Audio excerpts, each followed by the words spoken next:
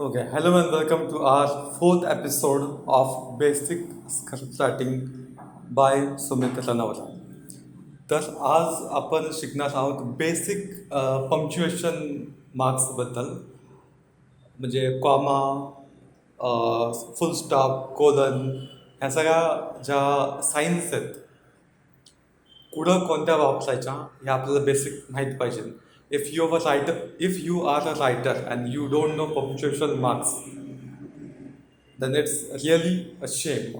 म्हणून ह्या काही बेसिक गोष्टी आहेत त्या माहीत पाहिजे. तसं आपण सुरुवात करू की ह्या काही 17 आहेत मार्क्स, म्हणजे मला वाटतं की एका लेखकाला माहीतच पाहिजे कंपल्सरी. तर बघू आपण पहिलं काय पहिलं आहे.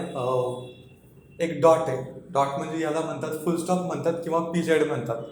जो एक वाक्य संपल्यानंतर शेवटी एक डॉट येतो त्याला पिरियड म्हणतात किंवा फुल स्टॉप. एक तर तो वाक्य संपल्यानंतर यूज होतो की अजय एक फिल्म बनवतोय किंवा अजय एक स्क्रिप्ट लिहित आहे, फुल स्टॉप. तो वाक्य संपल्यानंतर एक जो डॉट येतो त्याला आपण फुल स्टॉप म्हणतो किंवा ठीक आहे तो फुल स्टॉप आहे.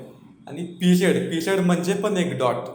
तर हा कुठं यूज होतो तर आपण जेव्हा नावं लिहितो की कुणाचं की मिस्टर सुमित, तर MR डॉट आणि पुढं सुमित म्हणजे कोणत्या पण शब्दाचा जो एक शॉर्ट फॉर्म असेल छोटासा तिथं यूज होतं. डॉक्टर DR आणि डॉट तिथं डॉक्टर. किंवा कुणाचं असेल की डिग्री असेल PhD असेल तर PhD तर शॉर्टमध्ये लिहितात, डॉट्स लिहितात. BCom असेल तर B.com लिहितात. असं बाकीचे जे डिग्रीज असतात त्याला ते शॉर्टमध्ये इथं यूज करतात. तो जो फुल स्टॉपचा डॉट असतो तोच इथं असतो, पण इथं त्याला पिरियड असं म्हणतात. आणि वाक्यामध्ये जो डॉट येतो शेवटी त्याला फुल स्टॉप असं म्हणतात. ठीक आहे. Number 2 is comma. क्वामा म्हणजे दोन वाक्यांना जोडणे किंवा क्वामा म्हणजे joining multiple clauses of same things. म्हणजे एक वाक्य की हा व्यक्ती इकडं चालला होता कॉमा आणि आपला ॲडिशन इन्फॉर्मेशन ॲड करायची. तो बाईकवर होता किंवा तो या रस्त्यावरून चालला होता.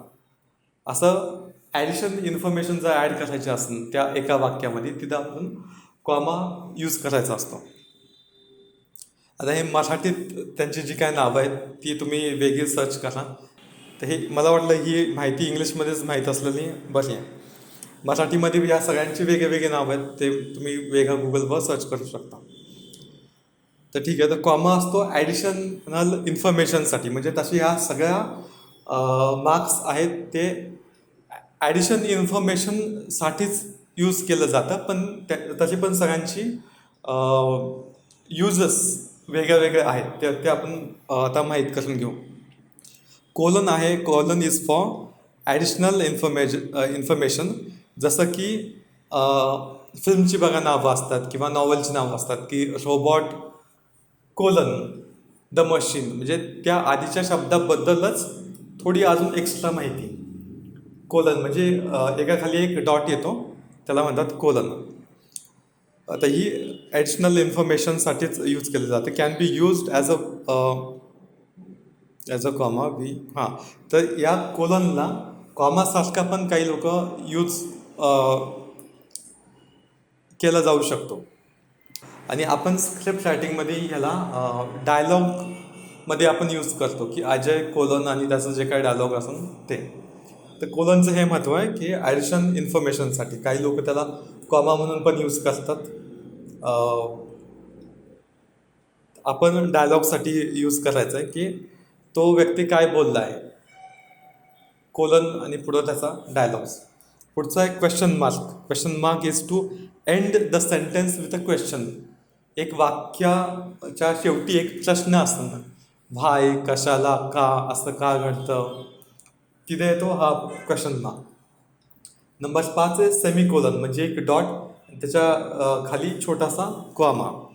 Semicolon is to connect two sentence which are closely related to each other. असे दोन वाक्य जोडायचेत ज्याच्यामध्ये त्या दोन्हीमध्ये काहीतरी एक खूप क्लोज संबंध आहे, तिथंच हा सेमिकोलन यूज केला जाईल.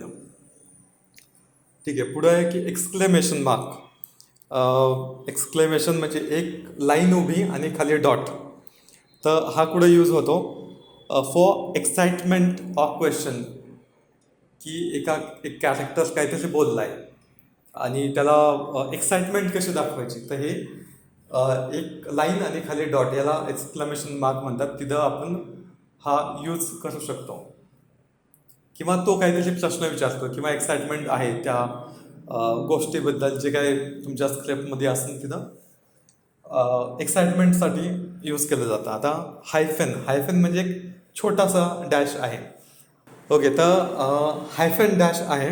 हायफेन डॅश म्हणजे एक छोटा डॅश असतो तो. It is used to form a compound word. Compound word म्हणजे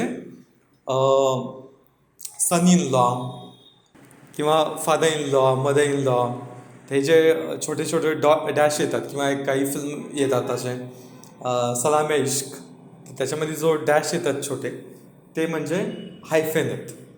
तर असं शब्दांमध्ये नॉर्मली ते यूज केलं जातं. एन डॅश आहे ज्याच्यामध्ये 2 डॅश येतात, म्हणजे हा 2 डॅश किंवा ह्याच्यापेक्षा थोडासा मोठा डॅश म्हणता येईल. तो it is to express the range. Range म्हणजे की फ्रॉम पेज 1 to 10 या गोष्टीबद्दल माहिती आहे. तर हा डॅश थोडासा मोठा आहे, तो रेंज सांगण्यासाठी, पुढं काय कार्यक्रम असेल तर ते सांगण्यासाठी की 5 तारखेपासून डॅश 10 तारखेपर्यंत आमचा हा कार्यक्रम चालणार आहे. तर ती माहिती सांगण्यासाठी तो जो थोडासा मोठा डॅश असतो, हायफनपेक्षा मोठा, त्याला म्हणतात एन डॅश. आणि एम डॅश, एम डॅश असतो तो it is to indicate a pause in a dialogue. डायलॉग्समध्ये जर एक थोडासा पॉज असतं ना, तर त्यासाठी एम डॅश यूज केला जातो. तो थोडा मोठा असतो, म्हणजे या 2 डॅशपेक्षा अजून थोडा मोठा असतो. आता जेव्हा आपण टाईप करतो, जर काही लोकांना सवय असेल की लॅपटॉपवर कम्प्युटरवर टाईप करायचे, तर हे डॅश तसे येत नाही. तर त्याच्यासाठी जो एक मेन जो नॉर्मल डॅश दिला जातो, तर काही लोक त्याला डबल डॅश किंवा ट्रिपल डॅश म्हणून यूज करतात. पण जेव्हा आपण हाताने लिहितो तेव्हा ह्याचे 3 डॅश छोटे मोठे आणि हा सगळ्यात मोठा आहे एम डॅश, जो डायलॉगमध्ये पॉज दाखवायचा असेल तर त्यासाठी यूज केला जातो. नंबर 10 आहे पॅरेंथेसिस, किंवा याला राऊंड ब्रॅकेट पण म्हणतात, की 2 असे ब्रॅकेट आहेत त्याचे, ते कशाला यूज करतात. It is used for additional information not official, म्हणजे काही अशी इन्फॉर्मेशन की विच इज नॉट ऑफिशियल. म्हणजे जसं की एका व्यक्तीचं आपण लिहिलं की हा व्यक्ती आहे, तुमच्याकडे मी पाठवतो आणि ह्याला हे काम जमन, तर आपण ब्रॅकेटमध्ये लिहू शकतो की याचं डिग्री लिहू शकतो किंवा ह्याचं प्रोफेशनल लिहू शकतो. असं की त्या व्यक्तीबद्दल काहीतरी ॲडिशनल इन्फॉर्मेशन साठी किंवा कोणत्या पण गोष्टीबद्दल थोडी ॲडिशनल इन्फॉर्मेशन आपल्याला लिहायला पाहिजे, विच इज नॉट ऑफिशियल. म्हणजे जर नॉट ऑफिशियल म्हणजे ही जर ब्रॅकेटमध्ये टाकून जर तुम्हाला लेटर लिहिलं नसतं तर तुम्हाला कळलं नसतं या व्यक्तीबद्दलची ॲडिशनल इन्फॉर्मेशन आहे, विच इज नॉट ऑफिशियल, पण ही तुम्हाला माहीत पाहिजे नाही, तर ती आपण ब्रॅकेटमध्ये लिहू शकतो. किंवा त्या माणसाचं एज असतं 35 years. It is not official but it is something which I want you to know, ते आपण ब्रॅकेटमध्ये लिहायचं. Number 11 is a square bracket. आता स्क्वेअर ब्रॅकेट कुठं यूज केलं जातो? It is again use for additional information which needs to be taken seriously. आता हा जो स्क्वेअर ब्रॅकेट आहे, 2 स्क्वेअर ब्रॅकेट आहे. आता ह्याच्यामध्ये जी इन्फॉर्मेशन असेल ही अशी इन्फॉर्मेशन आहे की जी खूप महत्त्वाची आहे, and I want you to take this information seriously, म्हणून स्क्वेअर ब्रॅकेट यूज केला जातो. त्याच्या पुढे आता 12 number curly bracket. Curly bracket असे असतात की ह्या, ठीक आहे, इथं दोन कर्ली ब्रॅकेट आहेत. हे कशासाठी आहे? It is used for additional set of information. म्हणजे आता थोडी जास्त आपल्याला इन्फॉर्मेशन ॲड करायची, जी म्हणजे फॉर एक्झाम्पल की ती लोक लहान मुलांना घेऊन फुगे आणायला गेली आणि कर्ली ब्रॅकेटमध्ये रेड, ब्ल्यू, येल्लो, ग्रीन म्हणजे त्या फुग्यांबद्दल ॲडिशनल इन्फॉर्मेशन काही जास्त आहे. ते आपण कर्ली ब्रॅकेटमध्ये लिहू शकतो. म्हणजे त्या माहितीची ती माहिती थोडी जास्त आहे किंवा त्याची रेंज आहे. रेंजमधली माहिती की थोडी जास्त आपल्याला डिटेलमध्ये सांगायचं असेल तर कर्ली ब्रॅकेट्स यूज केले जातात. त्याच्यानंतर आहे की quotation marks. Number 13 is a quotation marks किंवा याला इन्व्हर्टेड कॉमाज असं पण म्हणतात. It is to indicate for quotes and dialogues. म्हणजे कुणीतरी एक वाक्य म्हणलं आहे किंवा कुणीतरी एक डायलॉग म्हणलं आहे जे महत्त्वाचं आहे किंवा कुणीतरी काहीतरी स्टेटमेंट म्हणली किंवा सांगितली तर ते कोटेशन मार्क्समध्ये ते लिहिलं जातं. Open quotation marks and close quotation marks. Number 14 is apostrophe. जो आता माझी कोणती वस्तू आहे, माझं एक पुस्तक आहे तर सुमित्स बुक, सुमित्स एक कॉमा येतो आणि त्याच्या पुढं एस येतो. याला ॲपॉस्ट्रॉफी किंवा सिंगल इन्व्हर्टेड कॉमाज असं पण म्हणलं जातं किंवा जास्त करून ॲपॉस्ट्रॉफी बोललं जातं. हे कधी यूज होतं किंवा जेव्हा ही वस्तू या व्यक्तीची आहे म्हणजे त्याची मालकी आहे त्या व्यक्तीची, हे असं जेव्हा दाखवायचं असतं की या व्यक्तीचं घर, तर असं म्हणलं जाईल की सुमित्स बंगलो, सुमित्स बुक, सुमित्स कॅमेरा, सुमित्स मोबाईल. म्हणजे कुणाची तशी मालकी आहे त्या वस्तूवर, त्यासाठी हे ॲपॉस्ट्रॉफी एस यूज केला जातो. नंबर 14 इज हायपरसेंट. म्हणजे हा अँड असतो, हा ई सारखा काही लोक यूज करतात तर हा कुठे यूज केला जातो. नॉर्मली लोक वाक्यांमध्ये यूज करतात की असं असं झालं अँड हा अँड टाकतात आणि पुढं वाक्य कंटिन्यू करतात, तर ते चुकीचं आहे. हायपरसेंट कुठं यूज होतो की फक्त टायटल्समध्ये यूज होतो की फॉर एक्झाम्पल की लॉस अँड हार्डी, तर तो जो अँड येतो तो हा अँड असतो, ॲम्परसँड म्हणतात त्याला. आणि वाक्यामध्ये येतो, जर वाक्यामध्ये तुम्ही यूज करणार असणार हा अँड तर ते चुकीचं आहे. ते आपले जे काय पंक्च्युएशन मार्क्स किंवा रायटिंगचे जे रूल्स आहे ते रूल्स मोडल्यासारखं होतं. तुम्ही ते रूल्स फॉलो नाही करत असं त्याचा अर्थ झाला. तर वाक्यामध्ये हा येत नाही. जो असा ई सारखा अँड असतो हा वाक्यामध्ये येत नाही कधी. कधी पॅराग्राफमध्ये, डायलॉग्समध्ये, आर्टिकलमध्ये कुठंच हा येणार नाही. हा फक्त टायटल्समध्ये येतो. जसं की कुणाशी मोठी कंपनी असाल तर तो एक मोठा एक टायटल असतो 3-4 वाक्याचा, 3-4 शब्दांचा, तिथंच हे येणार ॲम्परसँड अँड. त्याच्यानंतर स्लॅश आहे. 16 number is a slash. Slash is to tell an option. म्हणजे तो व्यक्ती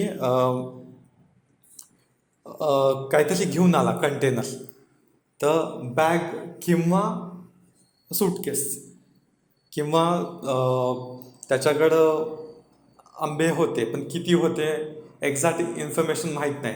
मग 2/3 2-3 आंबे होते एक्झॅक्टली माहीत नाही, तर ऑप्शन्ससाठी तो यूज केला जातो. किंवा रिलेशन्स सांगण्यासाठी म्हणजे बॉक्स किंवा कंटेनर, बॅग किंवा काही पिशवी असेल काय, किंवा अल्टरनेटिव्हसाठी की तुम्ही पेमेंट करा कॅश किंवा ऑनलाईन. आपण ऑप्शन देतो कुणाला. जेव्हा तुम्ही बँकेत जाता किंवा पुढं काय विकत घ्यायला तर तिथं असतं की पे कॅश ऑर ऑनलाईन. तर तो जो स्लॅश असतो तो आपल्याला ऑप्शन्स देतात म्हणून तो यूज केला जातो. किंवा हां आणि थर्ड आहे की त्याच्यानंतर फ्रॅक्शनसाठी 1/4 2/3 तर स्लॅशचे असे वेगळ्या वेगळ्या पद्धतीत आपण स्लॅश यूज करू शकतो. त्याच्यानंतर शेवटी आहे 17 नंबर इलिप्स. इलिप्स म्हणजे 3 डॉट्स. 3 डॉट्स कुठं यूज होणार आहे की information not important to know. म्हणजे स्टोरीच्या सुरुवातीला काही इन्फॉर्मेशन सांगितली आणि तीच इन्फॉर्मेशन आत्ता तोच व्यक्ती कोणता दुसऱ्याला सांगतोय तर ती परत रिपीट नको. म्हणजे ती परत सगळं लिहित बसायचं ते परत रिपीट नको म्हणून हे 3 डॉट्स यूज केले जातात. दॅट डॅमेज म्हणजे फॉर एक्झाम्पल की द डॅमेज विल बी आणि पुढं बरेच वाक्य होते पण ते आम्हाला आत्ता सगळं रिपीट नाही करायचं तर 3 डॉट्स येतो आणि पुढं लाईन कंटिन्यू होती की paid for repair. Also use as a pause म्हणून पण याला यूज केलं जातं किंवा बरीच माहिती आहे पुढं पण सध्या it is not important to mention in this script किंवा ऑफ पॅराग्राफ. या काही पंक्च्युएशन मार्क्स आहेत लिखाण सुरू करण्याआधी ते ह्या माहीत पाहिजे. मला असं वाटलं कारण मी ज्या ठिकाणी शिकत होतो फिल्म मेकिंग तिथं आमच्या एका सरांनी विचारलं की if you want to become writer म्हणजे तुम्हाला लेखन करायचं आहे तर तुम्हाला हे मार्क्स माहीत पाहिजे. तसं त्यांनी शिकवलं नाही तिथं पण तिथं आम्हाला विचारलं होतं की तुम्हाला माहिती आहे का या मार्क्स. तर मोस्टली लोकांना माहीत नव्हतं. Most of the people had question mark on their faces. तर मला वाटलं की या आपल्या स्टेशन्समध्ये ह्या पंक्च्युएशन मार्क्स माहीत पाहिजे which is very basic thing but very important to know. तर या चौथ्या एपिसोडमध्ये पंक्च्युएशन मार्क्स आपण शिकलेलो आहोत. पुढं आपण अजून स्टेप बाय स्टेप शिकणार आहोत बेसिक स्क्रिप्ट रायटिंगबद्दल. तर 5व्या एपिसोडमध्ये आपण भेटू आता. तुम्हाला आवडला असेल हा व्हिडिओ तर सबस्क्राईब करा लाईक करा आमचा चॅनल. भेटू पुढच्या एपिसोडमध्ये. थँक्यू. जर तुम्हाला हा व्हिडिओ आवडला असेल आणि तुम्हाला ॲडव्हान्स स्क्रिप्ट रायटिंगबद्दल माहीत करून घ्यायचं असेल तर आम्ही ऑर्गनाईज करतो आहे 1 दिवसाचा हा वर्कशॉप ज्याच्यामध्ये खालील गोष्टी शिकवल्या जातील. Learning basic and advance film script writing, understanding timeline, strategies, tips and tricks of writing, preparation, research, screen play writing, dialogue writing, steps of writing, screenplay patterns, writing characters and how to copyright a script आणि बरंच काही. तर या गोष्टी 1 दिवसाच्या वर्कशॉपमध्ये शिकवल्या जातील. त्याची फीज असून 1000 रुपये. हे वर्कशॉप सिंहगड रोड पुणे इथे ऑर्गनाईज केला जाईल. जेव्हा तुमचं सीट बुक होईल तुमचं रजिस्ट्रेशन कन्फर्म होईल तेव्हा तुम्हाला पूर्ण पत्ता पाठवला जाईल. जर तुम्हाला हा 1 दिवसाचा वर्कशॉप अटेंड करायचा असेल तर दिलेल्या नंबरवर कॉन्टॅक्ट करा.